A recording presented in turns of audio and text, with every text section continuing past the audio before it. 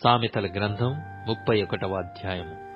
రాజైన లెమూయేలు మాటలు అతని తల్లి అతనికుపదేశించిన దేవోక్తి. నా కుమారుడా, నేనేమందును? నేను కన్న కుమారుడా, నేనేమందును? నా మృక్కులు మ్రొక్కి కనిన కుమారుడా, నేనేమందును? నీ బలమును స్త్రీలకియ్యకుము, రాజులను నశింపజేయు స్త్రీలతో సహవాసము చేయుకుము.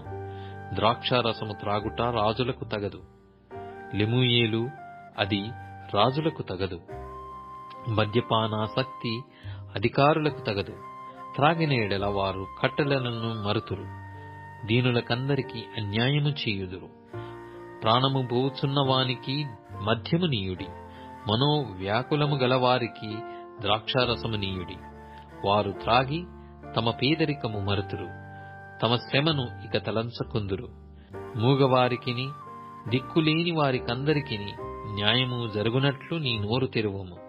నీ నోరు తెరచి న్యాయముగా తీర్పు తీర్చుము.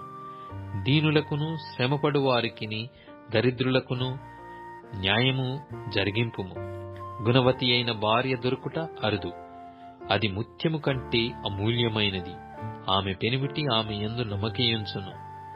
అతని లాభప్రాప్తికి వెలితి కలగదు. ఆమె తాను బ్రతుకు దినములన్నీయు అతనికి మేలు చేయును గాని కీడేమీయూ చేయదు. ఆమె గొర్రెబొచ్చును అవిసెనారను వెదుకును, తన చేతులారా వాటితో పనిచేయును. వర్తకపు ఓడలు దూరము నుండి ఆహారము తెచ్చునట్లు ఆమె దూరము నుండి ఆహారము తెచ్చుకొనును. ఆమె చీకటితోనే లేచి తన ఇంటి వారికి భోజనము సిద్ధపరచును.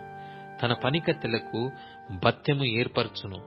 ఆమె పొలమును చూచి దానిని తీసుకొనును. తాము కూడబెట్టిన ద్రవ్యము పెట్టి ద్రాక్ష తోట ఒకటి నాటించును. ఆమె నడికట్టు చేత నడుము బలపరుచుకొని చేతులతో బలముగా పనిచేయును. తన వ్యాపార లాభము అనుభవము చే తెలుసుకొనును. రాత్రివేళ ఆమె ధూపము ఆరిపోదు. ఆమె పంటెను చేత పట్టుకొనును. తన వ్రేళ్లతో కుదురు పట్టుకొని వడుకును. దీనులకు తన చెయ్యి చాపును, దరిద్రులకు తన చేతులు చాపును. తన ఇంటి వారికి చలి తగులునని భయపడదు. ఆమె ఇంటి వారందరూ రక్తవర్ణ వస్త్రములు ధరించిన వారు.